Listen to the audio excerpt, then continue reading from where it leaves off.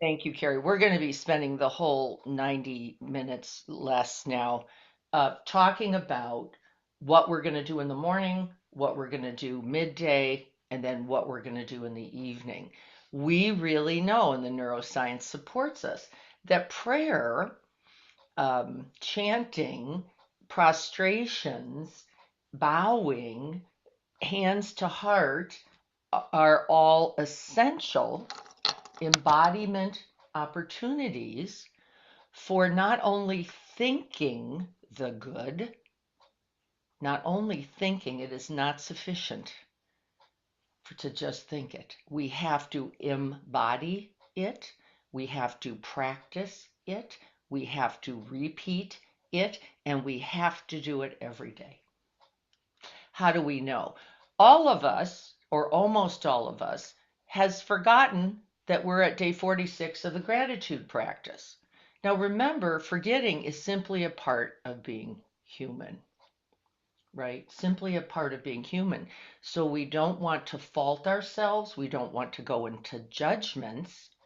We want to then invite essential, conducive supports, right? That's all. So this isn't because you didn't get it right. This is, I want to help you get it right, and I want to get it right. And we have 54 more days. We're going to spend half of them or close practicing what we know is essential. Beginning the day. We already know this from our intention and aspiration setting practice.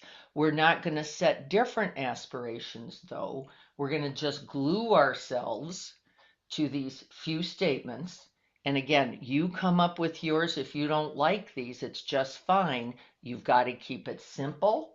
You've got to keep it to three. We get lost at four, five, and six. Don't get too lofty. Don't get too grandiose around what you're going to reflect on, because you're going to have to call it back up in the middle of the day in the busyness.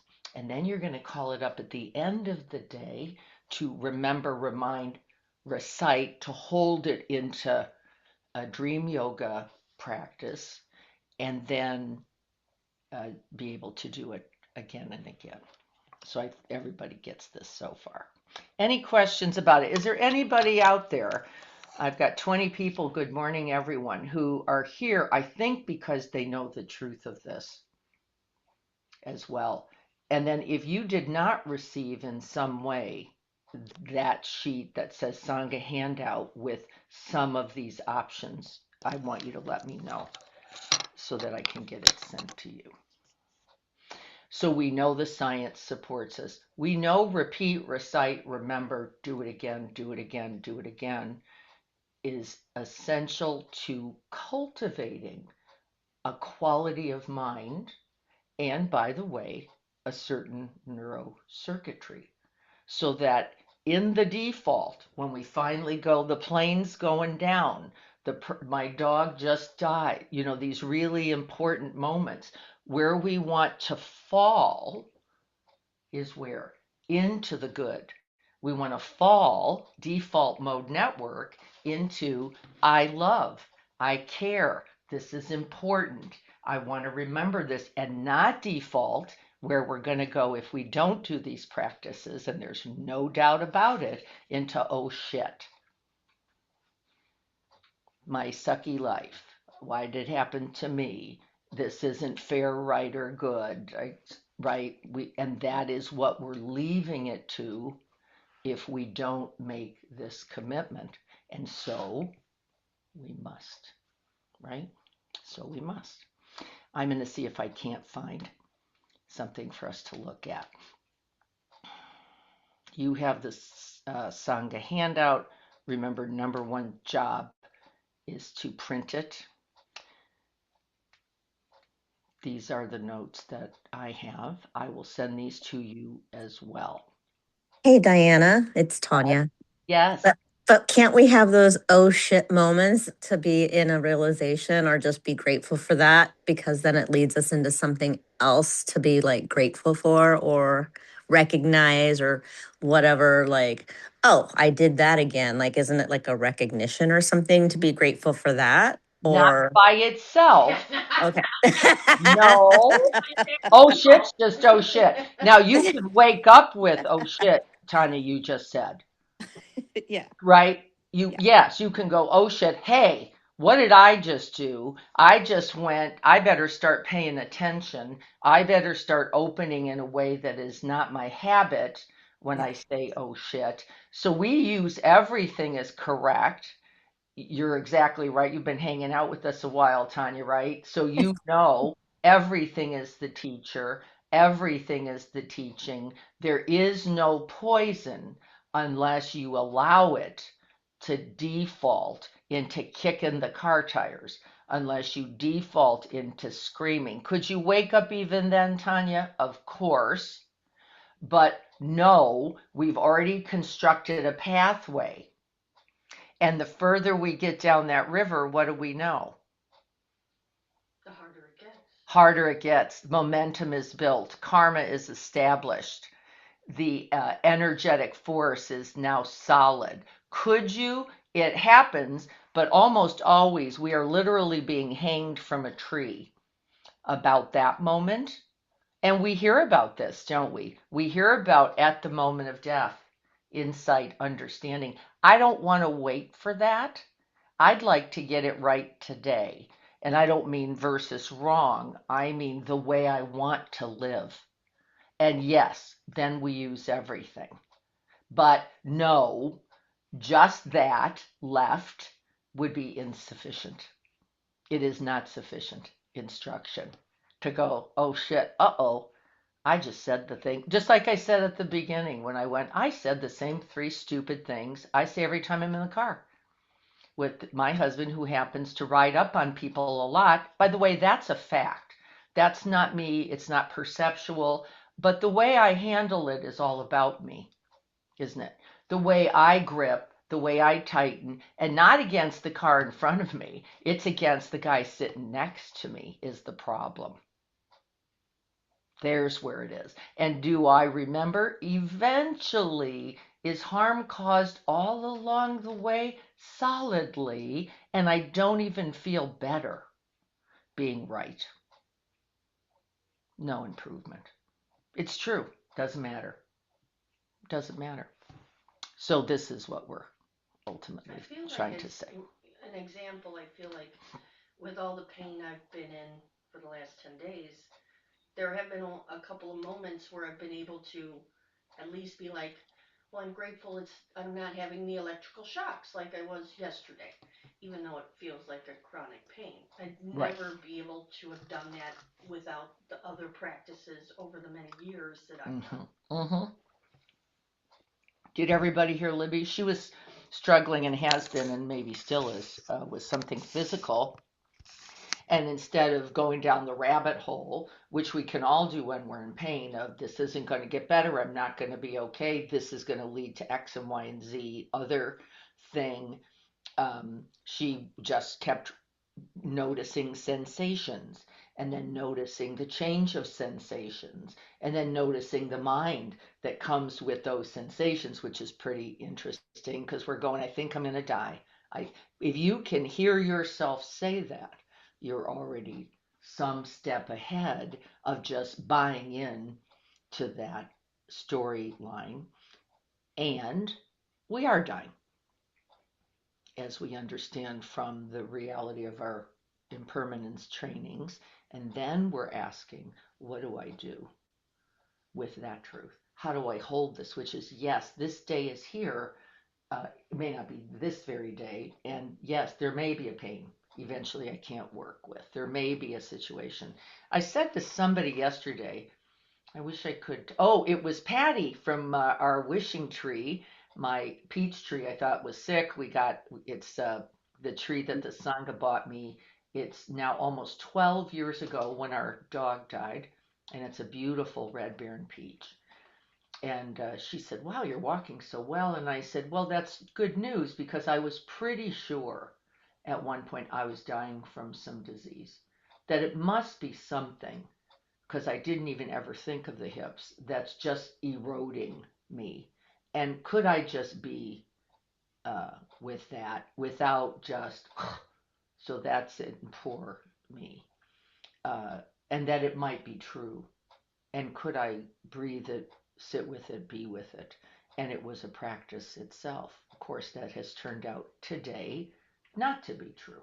I'm very grateful for that. But yes, could it be? And there is a day we want to remember that reality also. Okay, so I want to click out of this. So we have the opening aspiration that I'm going to save. But one of the things I think we've done in the 46 days, I know I have, is default again and again to the idea of gratitude, to the trying to remember it. I do a little, I am grateful for this. I certainly do on the spot. I feel comfortable. I'm able to begin the day with gratitude and end the day with gratitude. But the teachings, as we're looking more deeply now, say gratitude alone, though it will improve general mood, though it will make us happier, is ultimately not sufficient to live. Because gratitude alone is not quite the whole enchilada. We need additional supports. We don't only understand these teachings, we don't collect the teachings. Everybody keeps the handouts. I'm really happy about that. But it's ultimately how we live, isn't it? It's all about how we live. And that's moments in the car. That's moments while you're brushing your teeth. That's moments when you're putting away your dishes. And according to Thich Nhat Hanh, we'll talk about that a little today. It's moments when you're drinking your tea. And he used that example quite often. It's moments when we have difficult news, right? And then it's moments when we get the diagnosis that we are human and that this human life is impermanent. And we practice in what we call the low waters or the low tide, so that when in these moments of greater and greater difficulty, we have some stability, some rooted, grounded capacity to hold. We frequently forget, and I want to just remind us. And so the teachings say every day it is essential, and we're going to be practicing this again. We have done it before, that we remember the impermanence, consequently, the preciousness, right, of this human life by recollecting the 5 remembrances. You can do this in a pretty short way. You could simply say, and we're going to do it today, I am of the nature to age. I am aging. That's it.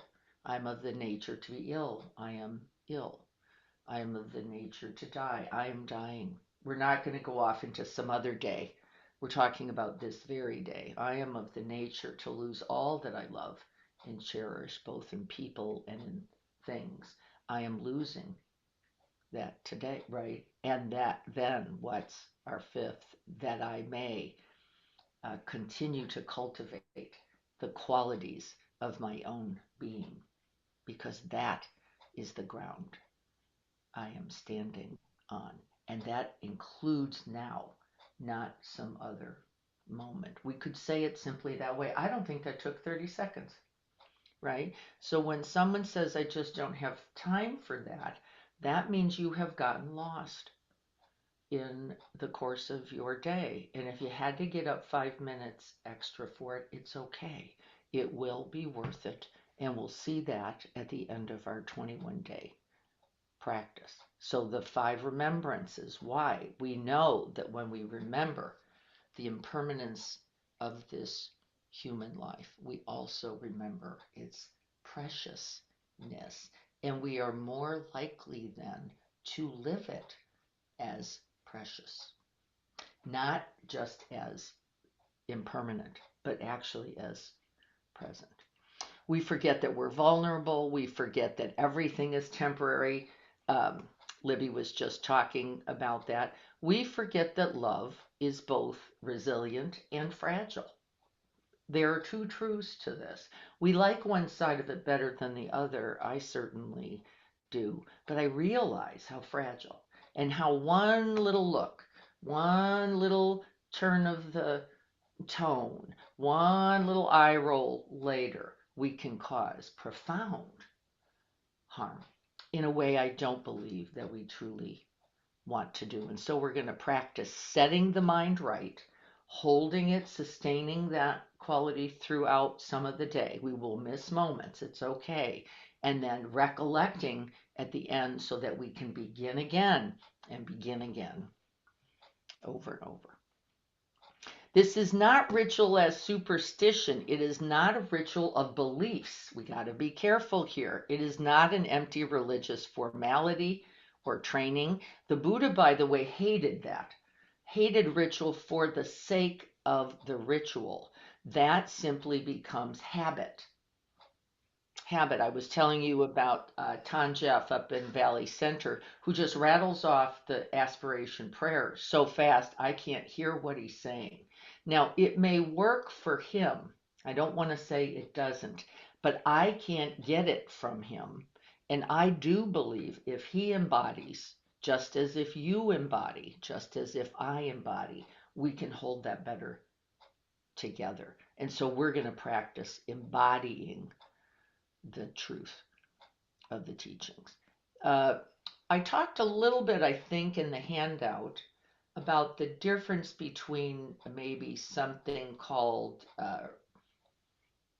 habit versus a ritual. So I'm going to stop for a second and ask somebody to write in chat, or several of you, what did you come to when you read, we're not establishing habits, we're establishing a ritual for remembrance, a ritual for waking up, a ritual for being most present. Very different than brushing your teeth habit.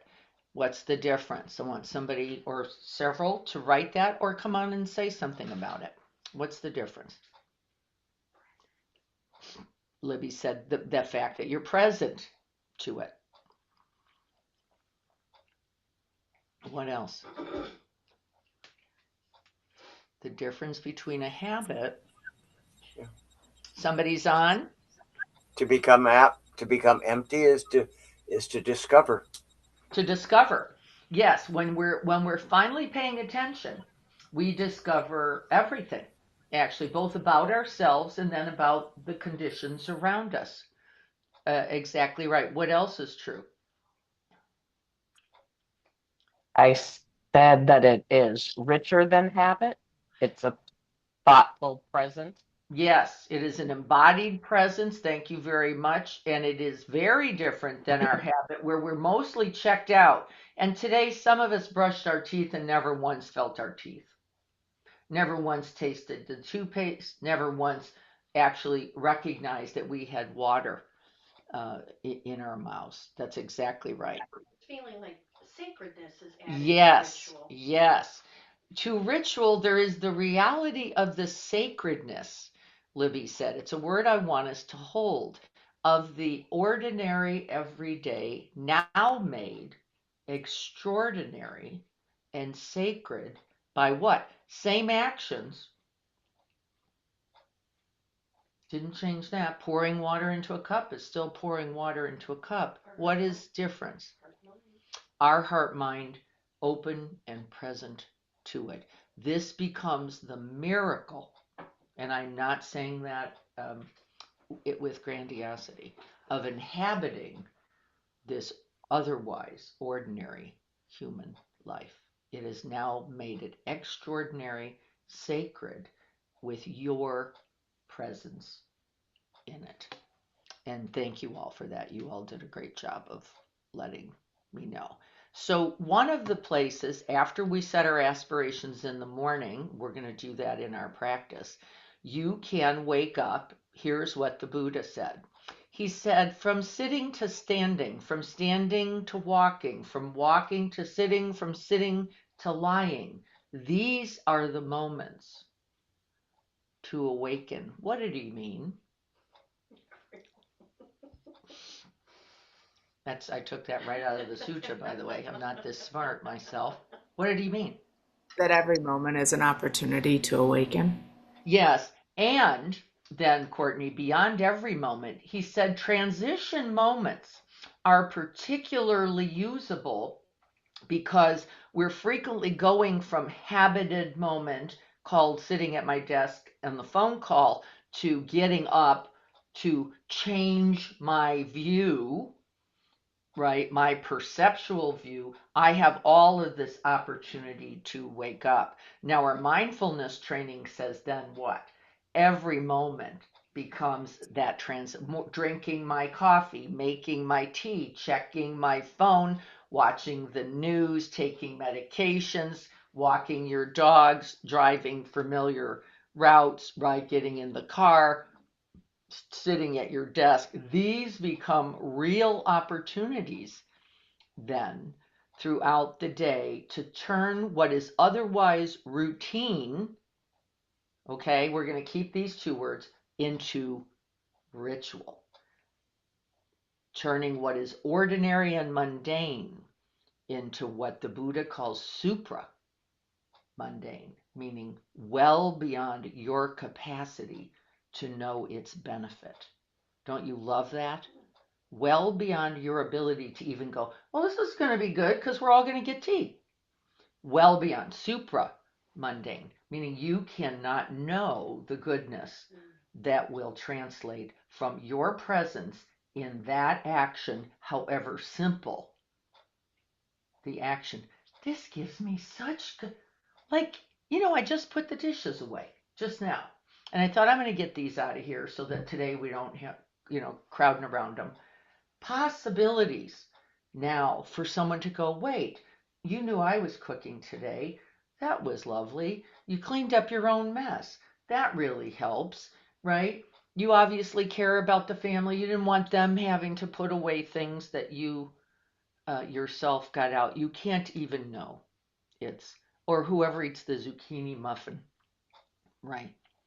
So the be here now is the essential medicine, the essential ingredient to turning routines, habits into rituals and possibilities.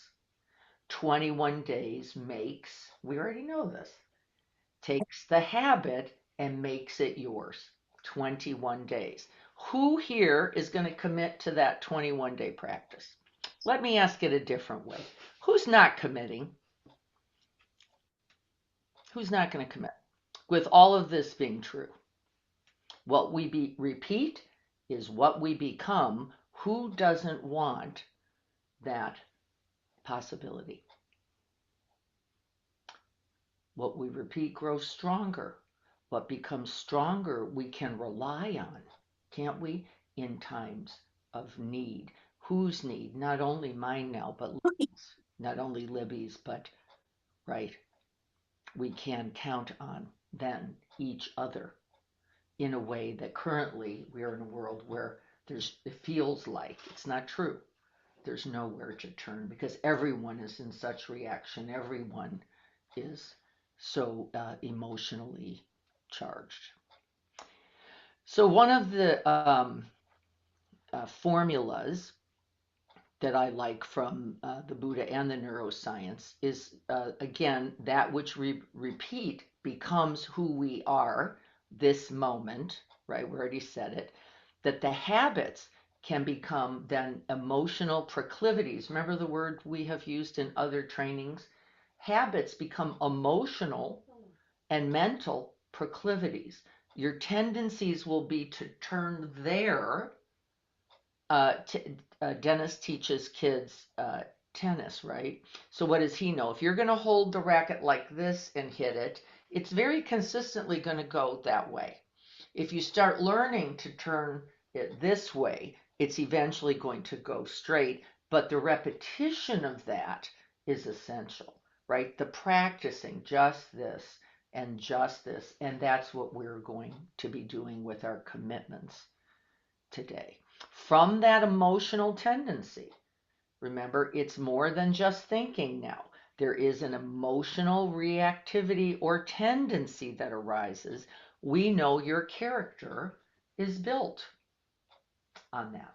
So if you're a person who starts to swear at every stoplight, your emotional tendency is going to be to react. Now you're not only swearing at red lights, you're swearing as you see the yellow because you're anticipating the red, and that begins to shape your character. So you become an impatient, angry, potentially unfriendly person, at least in the car. And that action, that character action shapes your what? Destiny. Shapes your destiny. We call this karma. I just gave you a karma lesson, and it runs true every time. There is no exception. That which you practice becomes stronger and becomes more you, and the impact becomes more yours. Right? So we get this. We don't say this with the idea of causing harm to you. We want you to know this is not to punish. It's not the good people get the good stuff, the bad people get the bad stuff. It's not a cosmic reward model. It's patterning, simple patterning. Libby uses it every day when she works with animals, and the same would be true of people, right? These grooves of neuroplasticity and consciousness, repeated often, become solidified in a way that we can what? Count on them. Yes, count on them. You can count on them. So I have a question real quick. Yes, say it just loud enough so everyone can hear. What would be the difference? Let me think about how to say this. I'm assuming then to make something from a habit more to a ritual, because still I feel like I've gotten into a good habit of saying my prayer 3 times a day when the alarm goes off. But I have noticed sometimes where it does become more like a habit than a ritual. Yes. So I'm assuming then the intention of embodiment during that is what helps create it to be a ritual. That's right. Okay. And sacred, you said. Yeah. And usable. Okay. Right? And I used Tom Jeff. As he said all the right words, he just repeated them in a slightly deadened, not fully present, not open-hearted way. A, we felt it. B, he didn't. Okay. Right, just doing it to check a box. Doing it to check a box will not be sufficient. You actually have to show up fully for that. What do we know contributes? You guys have heard me say this a million times. I'm going to say it again. Physical gesture. A physical gesture, in addition to the words and the heart mind that's fully participating, this can't get out of it, fully participating, is to cultivate a quality of body. It is embodied in 2 ways. One, the heart mind being fully open and available to it. The other one is the gesture that wakes us up. I do prostrations for this. I haven't in over a year because of my hips. I can't wait to go back. Those 3, get on the ground, be held by the earth, wakes me up in a way that no bow does. You know why? It's harder for me. I have to commit something to that action. And that commitment is actually a part of the open-heartedness, clear-seeing mindedness of it. Bows are easy for me. So hands at heart are easy. Hands on the heart, a little more difficult. For most people, hands on heart, something that looks more like this, just so you can see it, is actually more embodied than hands drawn together because we have now made a habit out of it. So just know as we're reciting, repeating, remembering, you find the gesture that works for you. Another gesture, just as so we're talking about embodied presence gestures, for whatever reasons, when I open my hands, I tend to open more. That's just something particular for me. Who knows all the influences of where that comes. That may feel like the beginning of a hug for me. That may somehow embody openness in a way that somehow drawing to the heart doesn't. The pulling the hands together to each other is not my greatest gesture. My hands on my own body tend to be a little more meaningful. That's just me.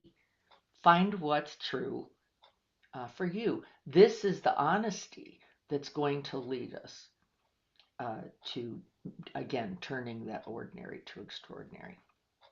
I'm going to look because I think mostly I've got some quotes here. I'll just include those in the notes that I send.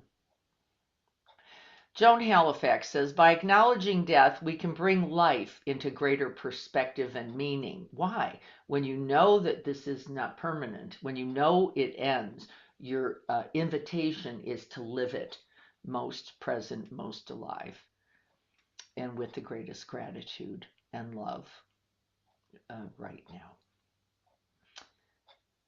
I'm not going to go into the Maranasati, which is the meditation on death. We're not going to be doing that today. But I do like one of the quotes out of the Dhammapada, which is this: heedfulness is the path to the deathless. Heedfulness, by the way, is mindfulness, just translated differently. So mindfulness is the path to the deathless. Mindlessness is the certain path to death. Don't you love that? And it means right now. It doesn't mean someday later when you're 88 or 91, or it means mindfulness is the path to the deathless. Why? Its impact and its momentum are on what supramundane, said the Buddha, cannot be known. It is so powerful. Cannot be known. Deathless means it goes on well past your skin, well past your heart beating, well past your breath. We know the truth of this, don't we? Because you've experienced that in someone who was just there with you, for you, and present, equaling all of that. So we're going to be talking about rituals, but we're going to practice it first.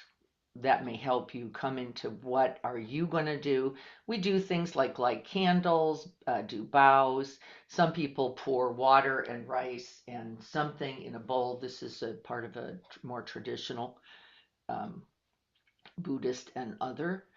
Some people, like in communion, take a bite of something. That is a ritual called communion in several, often Christian, not only, also Muslim traditions, where you eat something. You are literally putting in the body, And what do we say in my early training in Catholicism? The body of Christ, the body of goodness. I'm ingesting this body so that I can embody that.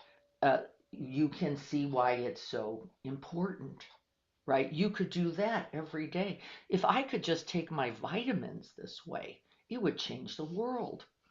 I'm just, right? That's all I do when I do these things that are good for me. The truth is, could I recognize that goodness, not only of the item?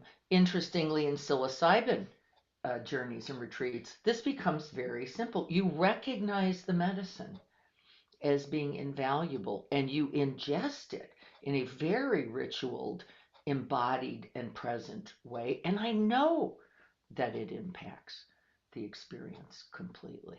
What if we did everything like that? Not only that which we take in, but that then which we, right, put out. We're going to start with the breath. I think I want to be done pretty soon. I think the practice is going to be where we really wake up. I'm going to check and see if we have any questions about any of this. We do deeply get it. It's just hard work.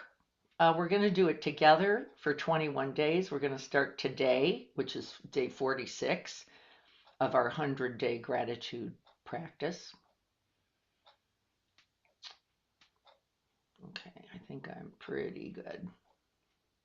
Okay. Diana, Yes.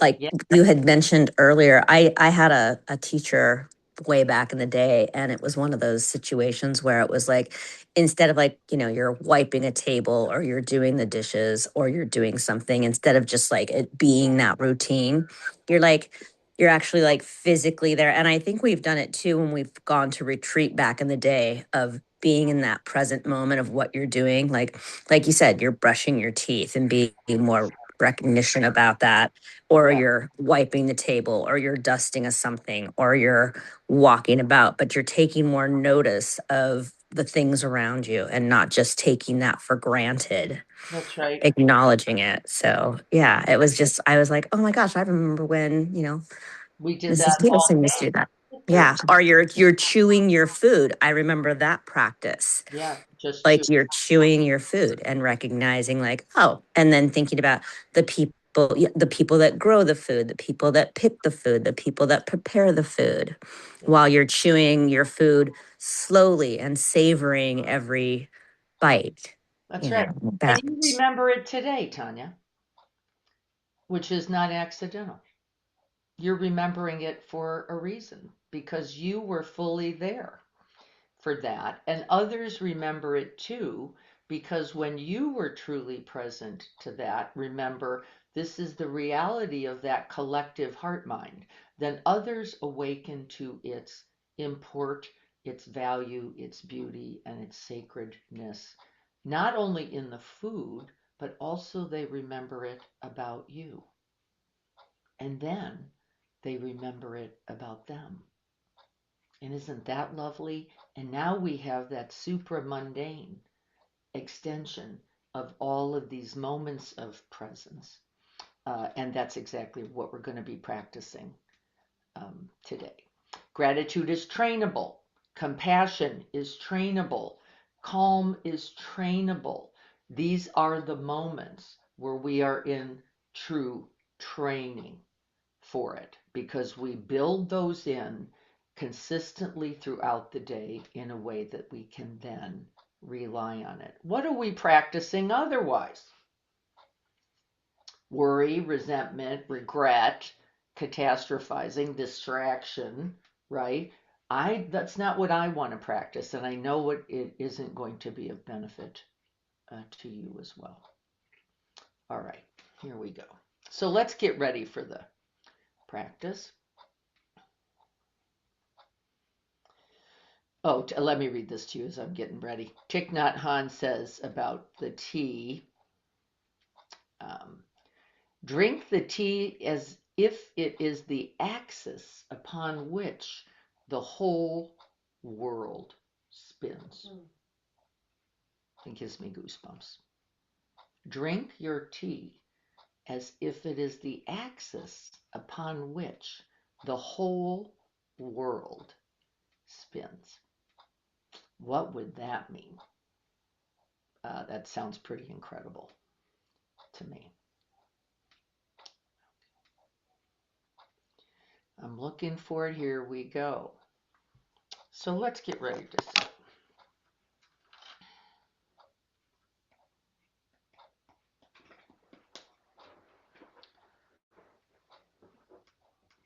And as we prepare to sit, we remember that we're not trying to be some other way. This is one of the mistaken understandings of our meditation practice. We're trying to become most ourselves, not less ourselves. And so I want you to sit in a way that embodies both the dignity of this human life, accorded to few, right? There's the big reality, with some ease in it. So we don't want to overarch, we don't want to stiffen. This is completely against the what we're looking for in this co-occurring realities, upright, dignified, and fully embodied. And I've said this before, it makes a cross. And ultimately, that cross is what that means. So see if you can't construct that posture and take a few breaths as you're doing so that we can feel into the truth of that.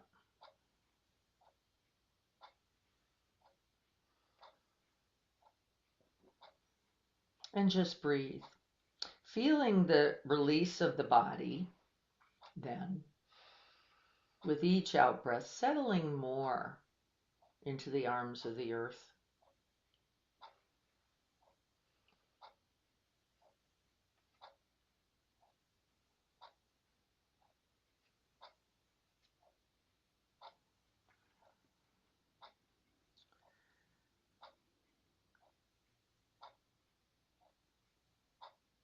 And just breathing.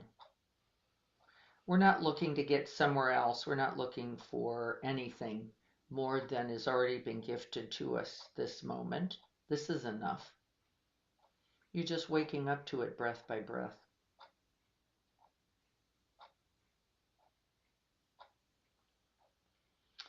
Thich Nhat Hanh says, breathing in, I arrive. Breathing out, I am home, not somewhere else.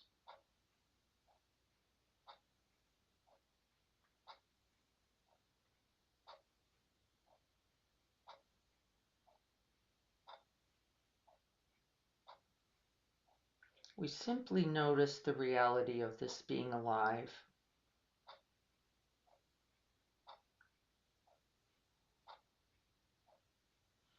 You will notice the movement of mind as you sit. This is the practice. You're not supposed to get rid of it. You're not trying to be some other way. You're just coming back again and again to the reality, the preciousness of this human life. Arriving to it with the in-breath and settling into it with the out-breath.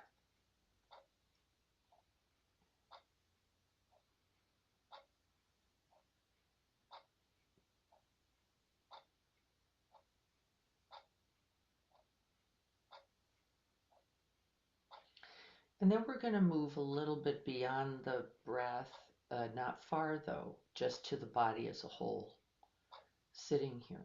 We want to embody this presence.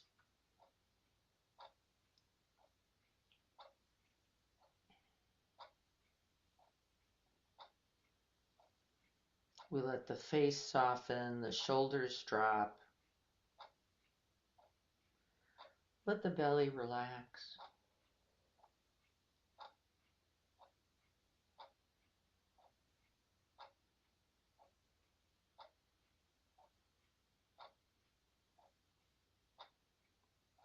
We are a living field of sensation, none of which has to be changed at all.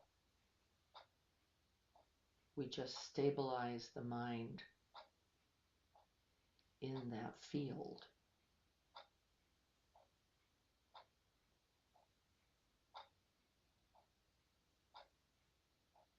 We remember we always have the breath.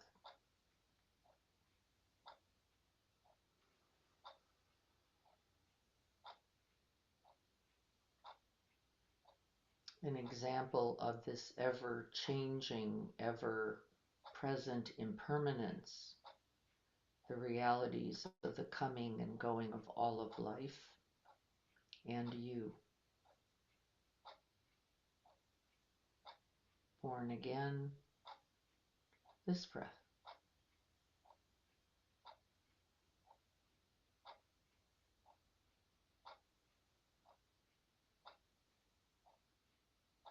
Releasing, settling, softening this out breath.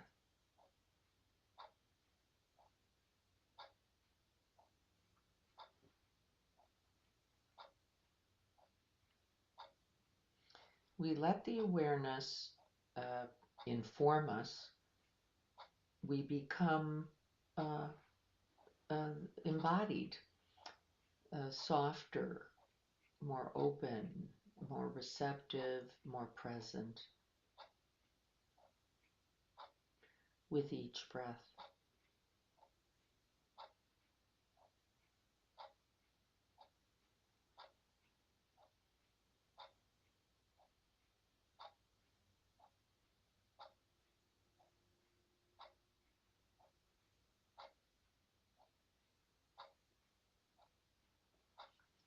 There is no thinking that makes this so.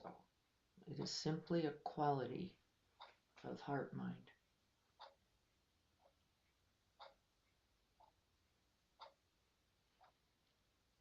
And then I'd like you to recollect gratitude for just a moment, since this is our base practice for these 100 days. This is not a forced positivity. This isn't demand. We're just remembering the reality of the simple miracle of being alive and all that contributes to it.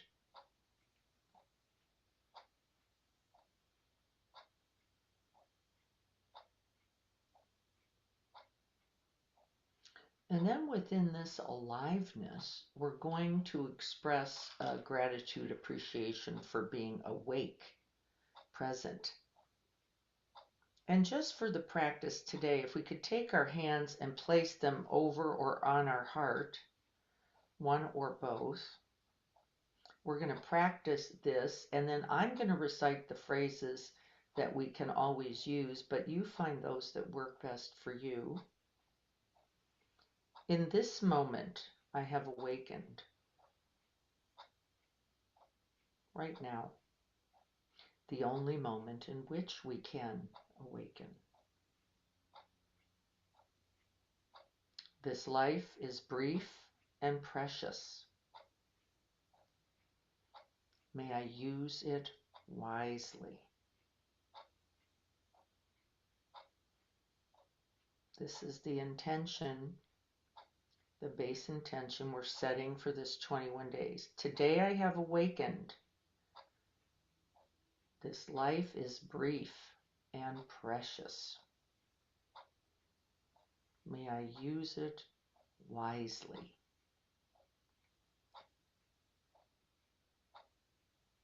Breathing that in. Your base morning practice is this. What I add that you may choose is an aspiration for my day. And I've already told you all what it is. Rather than be judgmental or critical or reactive, I'm simply going to offer I love you.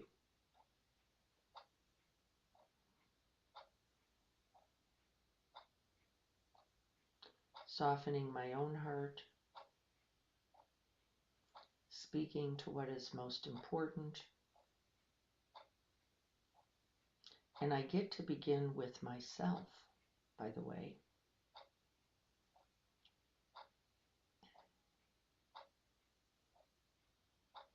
I love you.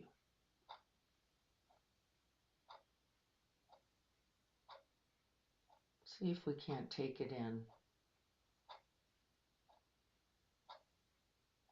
Several breaths. While recollecting all the good that is here supporting you in this precious human life, just this moment.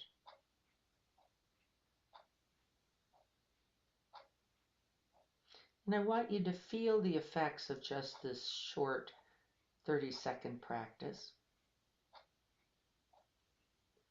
You can repeat it several times if it's helpful. Today I am awake. This life is brief and precious. May I use it wisely.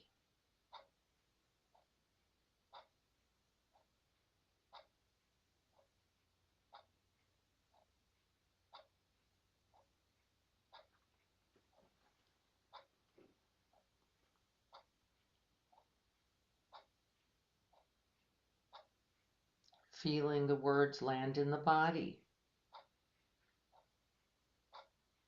This is not an idea, not a concept, not an abstraction.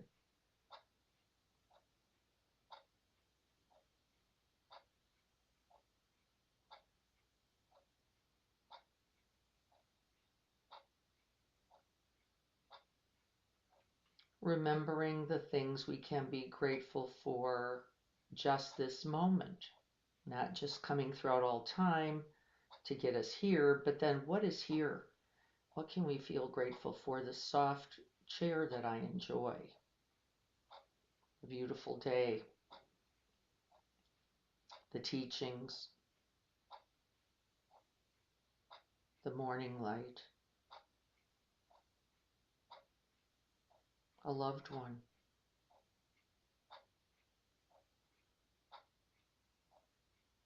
a functioning body, the earth itself.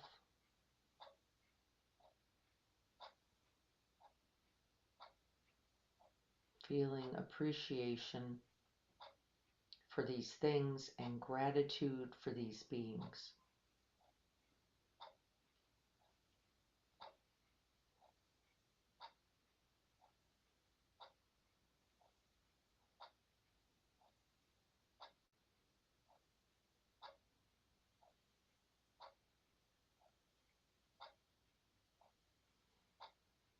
Feeling it with each breath. Remember, we're not trying to think about it. It is not sufficient.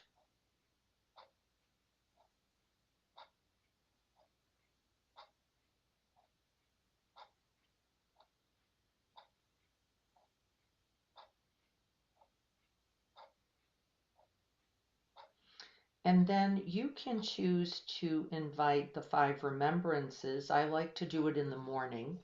That's when I most use it. A lot of people like to do it at least once during the day and then once in the evening. See how it works for you. We know that the reflection 5 times a day changes a life. These 5 remembrances, I'll review them with you here.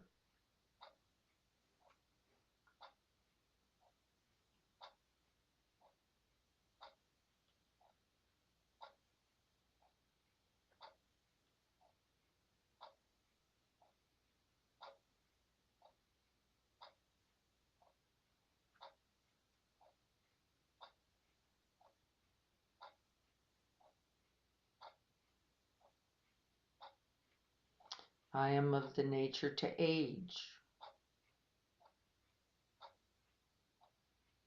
I am aging this moment.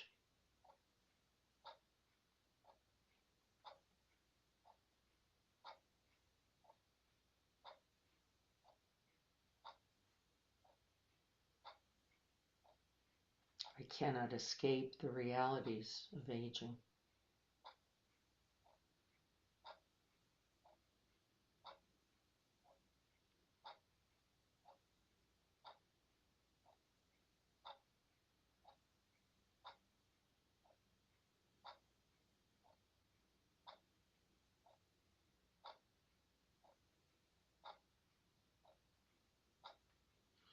I am of the nature to become ill.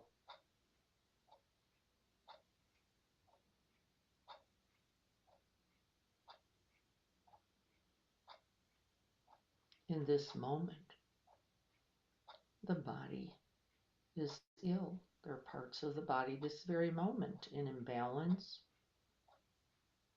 fighting with antibodies. I cannot escape illness, not in any moment.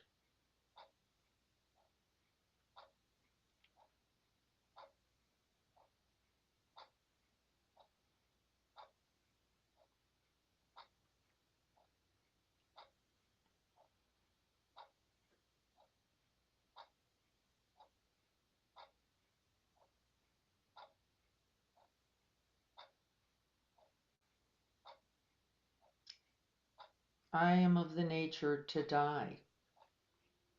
I am dying this moment. I cannot escape death.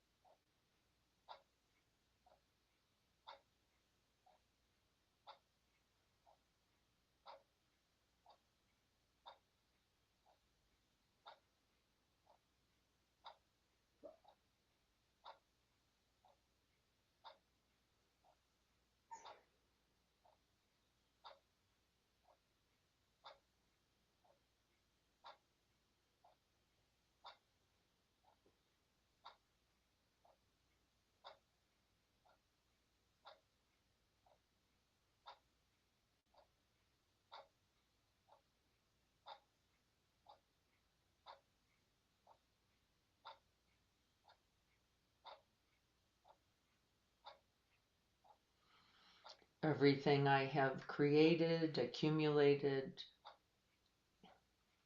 will be lost, and all beings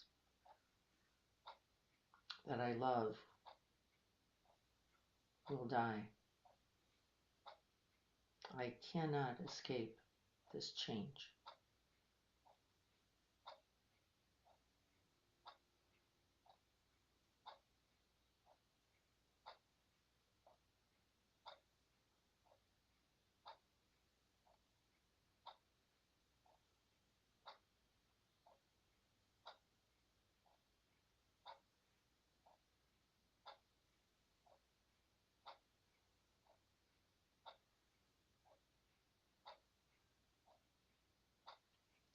And then the fifth remembrance, I am heir to my actions, born of my actions. My actions are all that I stand on.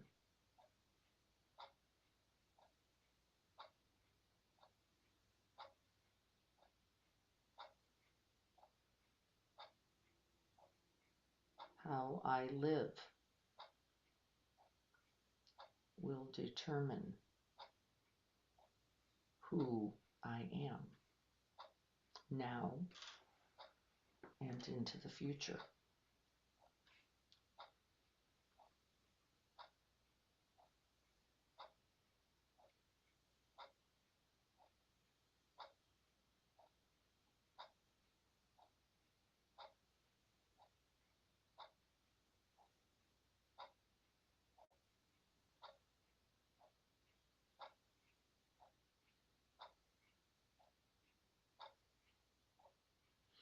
We allow love and the realities of impermanence to coexist.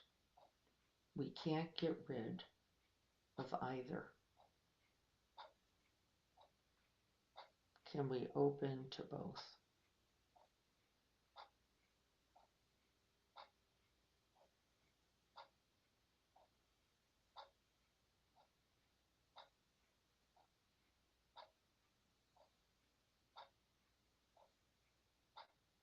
Letting the breath breathe itself, letting the body rest with these essential truths.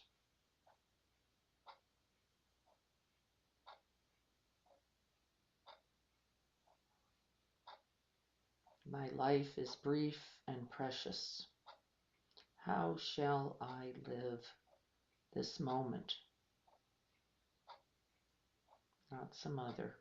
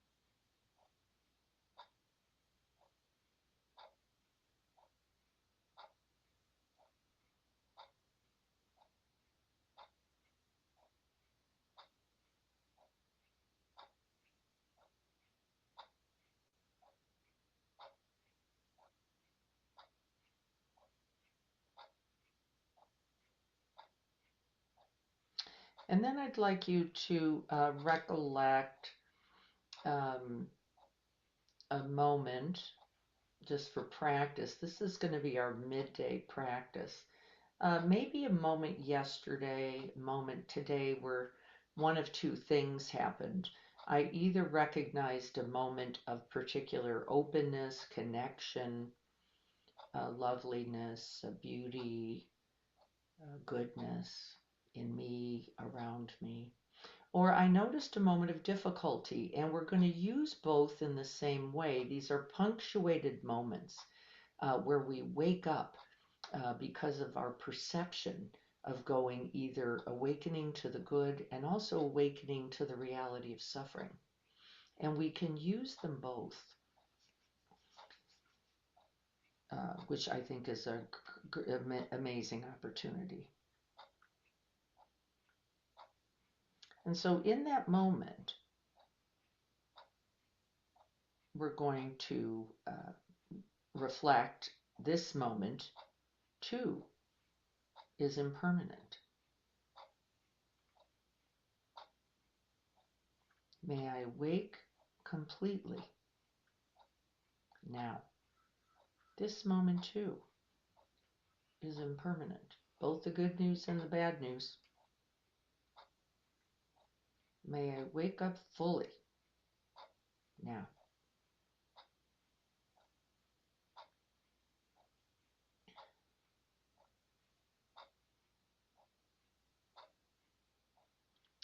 Moments throughout the day,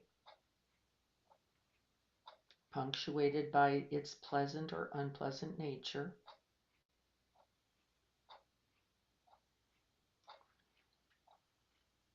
And then one other transitional practice for during the day is confronting a difficult other.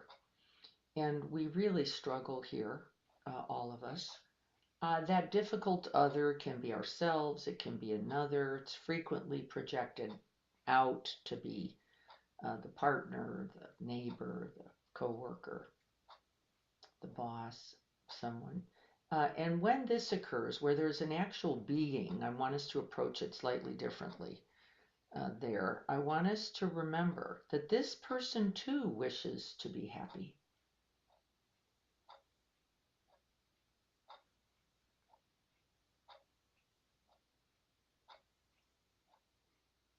This person too wishes to be happy. If we cannot remember that we're all looking for the same thing, we are not likely to be able to respond to them. Likely to be left to the reaction.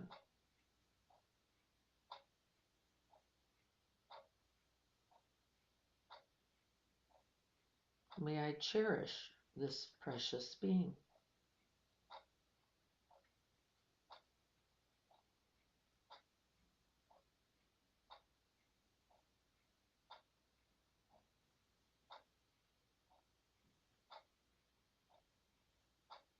May I recognize that this person too wishes to be happy. May I cherish this being, even with the difficulty.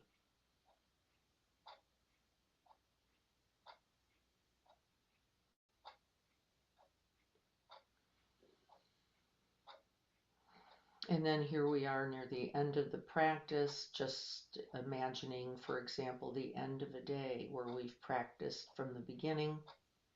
We established transitional possibilities for waking up, and we're now at the end of the day in reflection.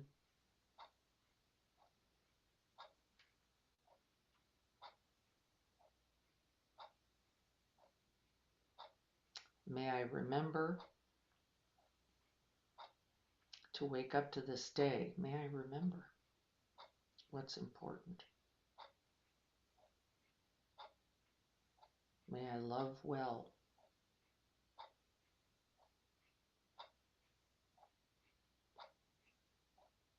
And may I let go of whatever has not occurred whatever I have not yet been able to manifest and to be, we begin again and again, and we let go of it at the end of the day. We use everything, we remember, we notice, we're present to it. We remember that this is a day in which we also loved, and then we let go.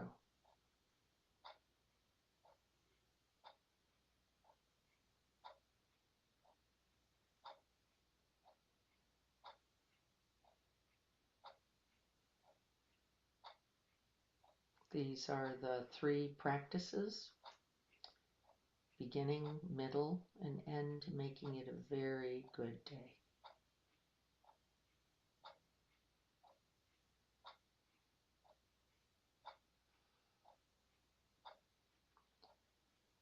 Shaping the heart-mind,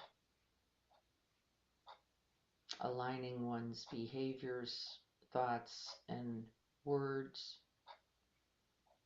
with those commitments and aspirations.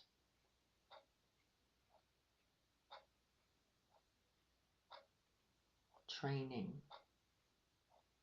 in the good.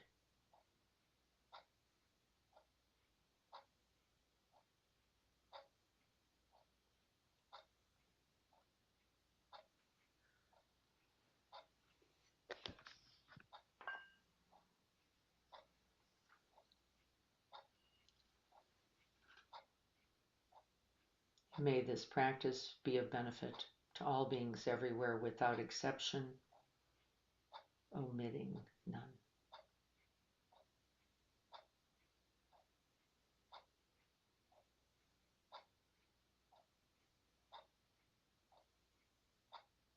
So be it.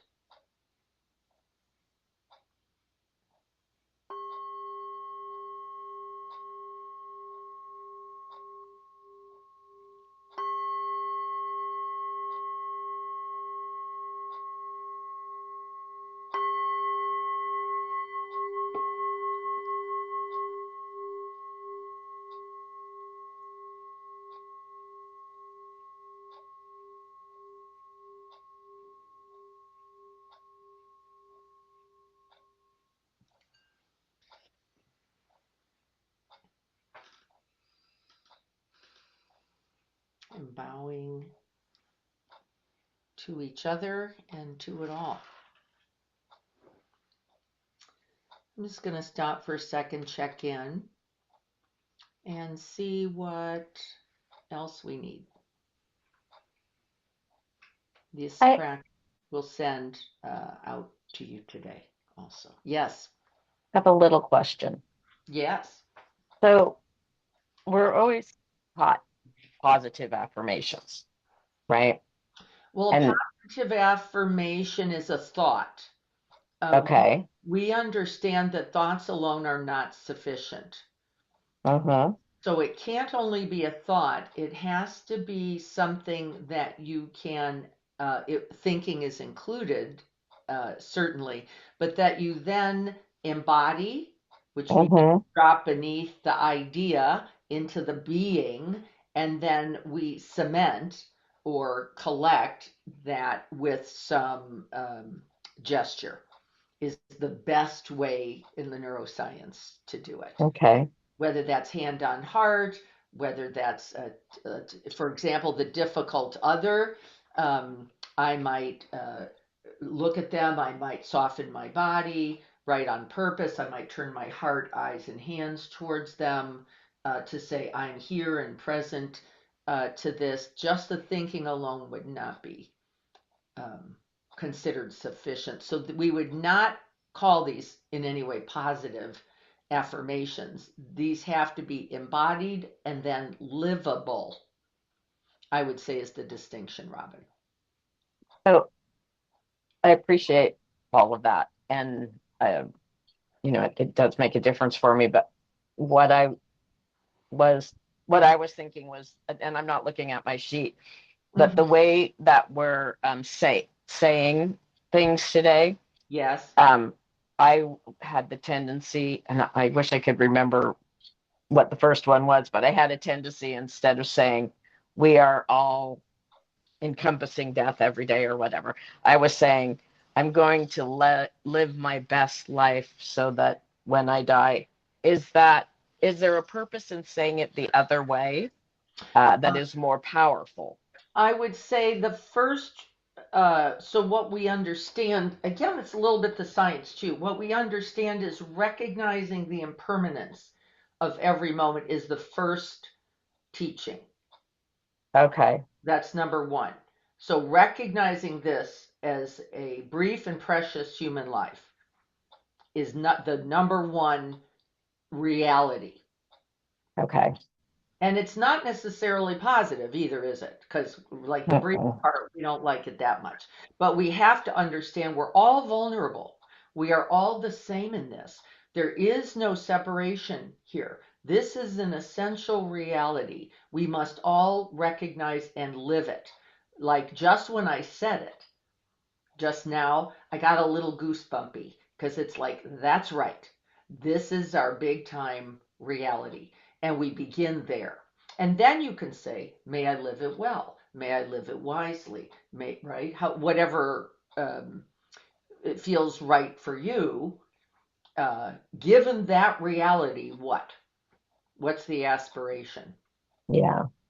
And Thank you. add that in whatever way makes the sense for you. I want it to be something you can hang on to, but you can't get out of the first part. Okay. That makes sense. This life is brief and precious. I don't want too many people altering that because I don't know what you could say That's actually true. that's as true. So that's the reason, right? That all encompassing reality is really the point. Yeah. We're all in it, we're all under that sky, and there is no exception to it. And then we add, like I say, we just use the phrases that feel real. I would say is number one um, for you, not not just something you're reciting. And that's why we also keep it short. Uh, Mm-hmm. you're right because we can't remember it, Yeah. and what you can't remember can't be useful. That was very helpful. Okay, you get Yeah. the idea. Yeah, I get Yeah. that. I Thank love you that for question. clarifying. I love that question, Robin. I Oh. think it's an important one, honestly. What else? I love those questions because we want to make sure we're getting these three essential practices. And I added a slight little fourth, which is if you are confronting a difficult other, can I remember this person, right? Wants to be happy too. This person is living this brief and precious human life. How then do I relate to them, right? What do I do now? I don't care what else they did. That big reality is right there in front of us. And if we can recollect this in difficult moments, I want you to see the impact. I want you to see the impact. There is no separation any longer. We're under the same dharmic realities. How do we live this now? And sometimes we just hold that as an awareness. Sometimes we say, look, I know you're trying to get what you need too, right? And I want to try to help you with that. We just can't do it in the right. We're stuck because you're doing it in a way that my organization or my ethics or say isn't going to work. But I want to support you. It's just a clip. We have people starting to dig some fence holes posts in our yard, so we've got little man's going to say hi. What else? The five remembrances, very important. You call those to mind in whatever way you can. We already know the benefits of those. We just keep forgetting to do it. We have to put those in the day as well and keep them as short and reasonable as can work for you also. And then at the end of the day, may I live this day well, may I love this day well, may I let go. And the letting go is a very important part Again, we just remember our aspiration and then go, okay, this day is done. This day is done. I say that at the end of each day of retreat. This day is done. Let this day be good. Let's remember the good. Let's commit ourselves again, and then we're going to do it over as many days as we can. And then again, you find your phrases. You'll see some options in the handout for you, but really, I want you to write them down um, because if you don't, you're going to start varying them in a way that's not going to cement the um, intention. Other things, what else do we have? Ritual is critical. Critical. As long as we don't mistake it for routine. It will become a part of your routine, but it never becomes a deadened quality.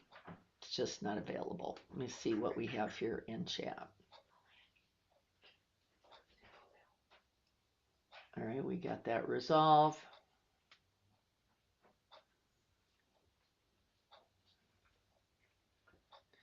Chris, it sounds like you're having one of your blue plate specials. Wowie wow.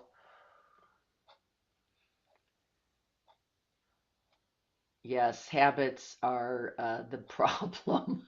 uh, brushing our teeth every day is a good thing. Putting your pants on, good news. There is some habit to that. I think generally, uh, tasking, just the things we do every day. We feed the dog, we take him on walks. It would be even better if you could wake up to the goodness of that in some way. I think that would be remarkable. Not only that you're doing it, but that you're remembering why you're doing it really for my well-being and then for the well-being of your pet and the dishes this morning when I was putting them away thinking I don't want the family to have to deal with this. It was my idea to make zucchini muffins and nobody else should have to deal with all the stuff that comes with that, right? And that good thought uh, actually made the putting away the dishes a much different experience than just putting them away out of demand or expectation or right. Can I contribute something by this action? If you cannot contribute something by the action, I'd hesitate, wouldn't you?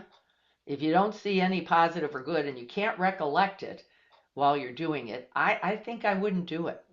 I'd hang on there a minute, folks, and go, wait a minute, this may not be useful just because I'm used to doing it that way. I don't know that I should continue. Um, and I like the hesitation in it. I think it would be wise to go, wait a minute, is there benefit here? Maybe there isn't. And if not, or if you're not clear about the benefit to you and or to others, and ultimately it's best if it can be both, then I think, delay. Don't just do it because you're used to doing it. That's maybe not the right reason. Reflecting on it is always skillful because we change behaviors based on their benefit and effectiveness, don't we? So I go, you know what? Maybe not that one. I do see some possibilities here. I don't know if it's that. I was just putting something in my water yesterday because drinking water is an ongoing challenge for me. Now I'm trying to get better at it, and I think I am. I have a thing I like to use. And what I noticed that was a problem is I'm putting this stuff with dye in it in my water. That's probably not a great idea. It just so happens to be in my cabinet, and I squirted it in there because it's some flavoring. But like maybe not that. Like maybe I'd be better off just cutting up a lemon and sticking that in there. And then I threw away the thing, thinking, I don't know if anybody needs to be drinking this. Probably not. By the way, if you buy it at Walmart, there is some chance there's nothing good in it. Be careful. And that was one of those. Squirt, and it gives it a little flavor, and it doesn't have any calories. So you think you just.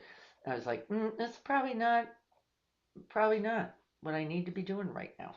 And that's good news, isn't it? We're waking up, and that's just a habit of mine. I'd rather drink something with a flavor than something without.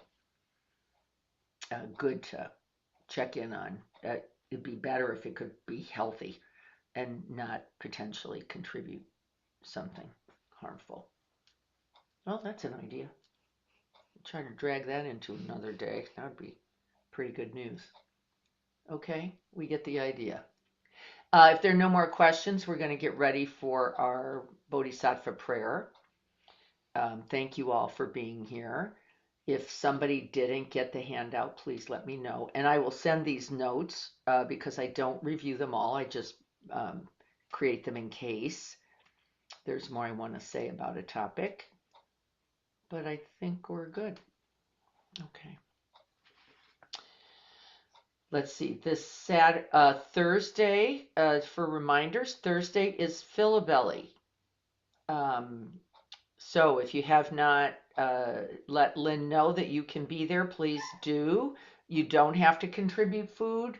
There's just coming to share time with our friends.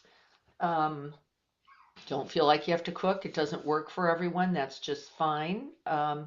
Or you come to hand out plates, or you come to help clean up. It's all good. Those of you who have not done your elder help application, life scan, and interview, let me know if you need some help following through on that. I kept forgetting to turn in my car insurance information, and so I got the whole thing delayed. And I just got it worked out. And it was as simple as just emailing Carrie. So anything you need for help with that, let me know so I can help you. And then this Saturday, we will be in the garden.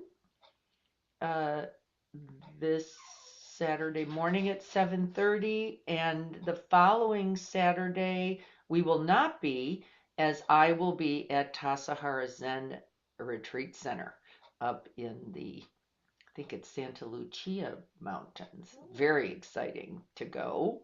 It's quite special. But this Saturday we will be there, so please join me. And we have lots of zucchini in the garden. I'd love to help people take them. I'm throwing it at everyone now. Jessica was here yesterday and she had to take some home too. There's just zucchini things are crazy. Okay, I think we're good. So let's get ready to sit for our final aspiration and dedication prayer.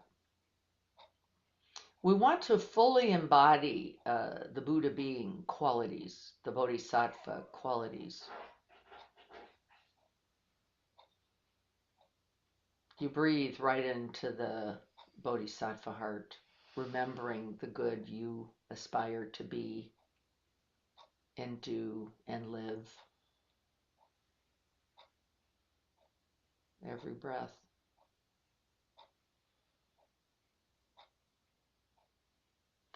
And then drawing the hands to the heart, you can place the hands directly on the heart, you can draw the hands together, feeling the fingers in their interconnection. And then wholeheartedly offering the prayer. May I be a guard for those who need protection, a guide for those on the path, a boat, a raft, a bridge for those who wish to cross the flood. May I be a lamp in the darkness, a resting place for the weary, a healing medicine for all who are sick, a vase of plenty, a tree of miracles. And for the boundless multitudes of living beings, may I bring sustenance and awakening, enduring like the earth and the sky, until all beings are freed from sorrow and all are awakened. May we all be happy. May we all be free from suffering. May we be grateful and glad for our good fortune, and may we use that good fortune to support others. May we rest and dwell in this vast, open, sky-like quality of heart and mind, holding all beings until we are all free from greed, hatred, and ignorance. May we all be well, and may all manner of thing be well. And may this practice contribute, and may it contribute.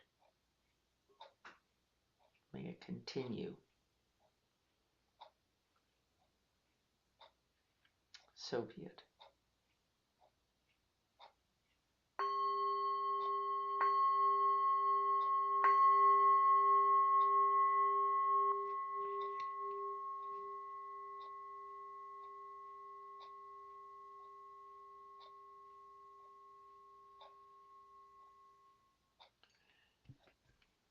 And blessings to Chris in his surgery. We know Carrie is doing very well. Blessings to Carrie as she heals from her hip surgery. And may all beings be healthy, happy, and healed. Thank you all so much for your practice today. And blessings to you all. Thank you all so much. Anybody who needs help with the handout or phrasing or gesturing, let me know. Otherwise, I look forward to seeing you Thursday morning, I think, with Greg, and then Thursday night, Philabelly. I may not be there, have a chance to do something, but I will be bringing a main dish. So I'll look forward to checking in with you guys then. Be well, everyone. Take care. Lots of love. Yes, love to everyone. Thank you. Good idea, Robin. I'm going to try the frozen lemon. I like that idea. Oh, yeah. That sounds really yummy. Also preserving possibly the vitamins. That sounds great. Yeah, great idea. I will give that a try. Thank you. You're welcome. Take care.